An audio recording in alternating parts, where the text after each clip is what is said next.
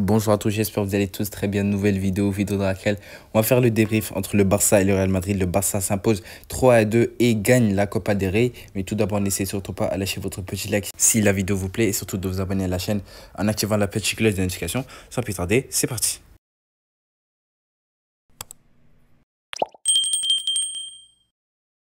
C'était une finale exceptionnelle, un match avec plein de rebondissements. Mais au final, le Barça arrive à renverser le Real Madrid et gagne 3-2 en prolongation grâce à un but de Jules Koundé dans les derniers instants. Le Barça a marqué en premier grâce à un but exceptionnel de Pedri sur une passe de Lamine Yamal. Puis en deuxième mi-temps, le Barça a eu un petit moment de baisse de régime et le Real a repris le dessus en égalisant sur un coup franc exceptionnel de Kylian Mbappé et un autre but de Tchouaméni sur corner. Puis juste à la fin, Ferran Torres arrive à égaliser sur une passe exceptionnelle de Lamine Yamal qui est vraiment un excellent passeur. Et en prolongation, le Barça reprend le dessus avec un but sur une grosse frappe de Jules Koundé qui arrive à tromper Courtois et permet au Barça de gagner la Copa del Rey. C'était un match vraiment exceptionnel. Alors pour le classement, le Barça a aligné un classement assez classique. Je l'avais prédit dans mon avant-match. Au cas, j'en avais Chesney, même s'il a encaissé 2 buts aujourd'hui, il fait quand même de bons arrêts. Je me rappelle de son arrêt face à Vinicius et il a fait un excellent match lui aussi. Une charnière centrale composée d'Inigo Martinez qui a fait un top match, accompagné de Kubarsi qu'on a un peu moins vu, mais on a beaucoup vu sur les interceptions, les blocages sur les passes de Bellingham, etc.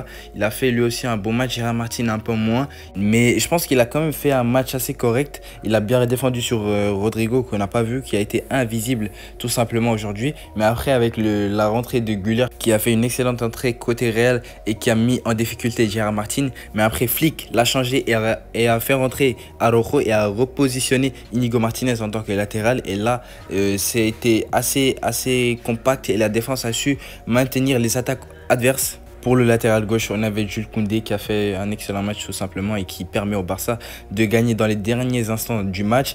On avait un double pivot.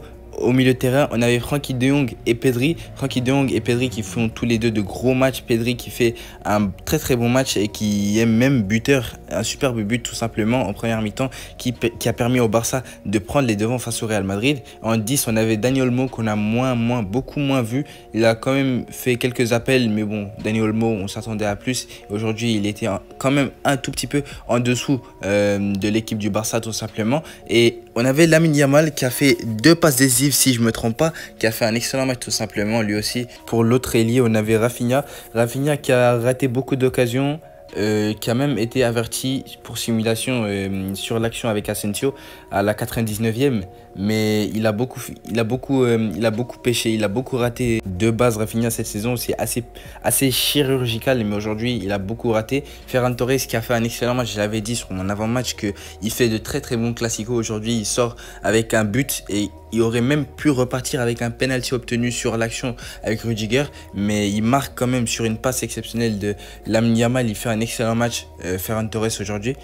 Côté Real, la première mi-temps a été assez difficile, mais en seconde période, c'était largement mieux pour les hommes de Ancelotti avec beaucoup de changements. Rodrigo qui est sorti de Dani Ceballos, sorti de Mendy sur blessure, sorti de Vasquez, etc. Vinicius qui s'est même blessé à la fin. Au cas, je n'avais Thibaut Courtois, une charnière centrale composée de Rudiger et Raúl Asensio qui font tous les deux d'excellents matchs, même si Rudiger, après, à la fin, s'est fait exclure, mais il était quand même sorti. Pour les latéraux, on avait Ferland Mendy qui est sorti très tôt dans le match sur une blessure. Lui, il se blesse tous les jours et vraiment, le Real va le changer. J'espère que le Real va le changer à la fin de la saison. Il se blesse tous les jours. Après, on a eu Fran Garcia, il a fait quand même un match assez correct. Lucas Vasquez, bon, j'ai pas trop d'avis sur lui. Au milieu de terrain, on avait Tchouaméni qui a été buteur, qui a fait un excellent match sur les récupérations, etc.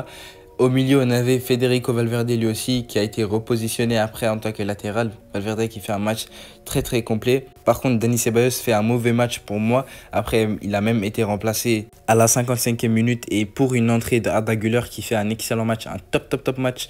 Je pense qu'Arda Güler va avoir tout simplement plus de temps de jeu avec cette équipe du Real Madrid. Il fait une excellente entrée. Bellingham qui fait un excellent match aujourd'hui, je l'ai trouvé partout. Il a été parfait aujourd'hui, il a fait un excellent match. Même si en prolongation, je pense avec la fatigue, on l'a beaucoup moins vu. Et pour les attaquants, on avait Vinicius qui fait un très bon match, même s'il ne marque pas et ne fait pas de passes décisives. Il a créé beaucoup d'occasions, il a aussi beaucoup raté. Rodrigo, je pense Rodrigo, c'est une énigme. Rodrigo, ça doit être un joueur qui doit être là pendant les gros matchs. Rodrigo qui sort à la mi-temps pour une entrée de Kylian Mbappé. Je pense qu'il doit se remettre en question tout simplement. Rodrigo, aujourd'hui, il fait un match face à Gérard Martin qui n'est pas baldé, mais il arrive quand même à faire un match catastrophique face à Gérard Martin. Après, il se fait remplacer à la mi-temps par Mbappé qui a été buteur sur coup franc, qui a fait un très très gros match parce que son entrée a été vraiment bénéfique au Real Madrid. Donc voilà gars, c'était tout pour cette petite vidéo débrief. Je vous invite à lâcher votre petit like si la vidéo vous a plu et surtout de vous abonner à la chaîne en activant la petite cloche de notification. Allez, je vous dis à la prochaine pour une prochaine vidéo. Allez, salut!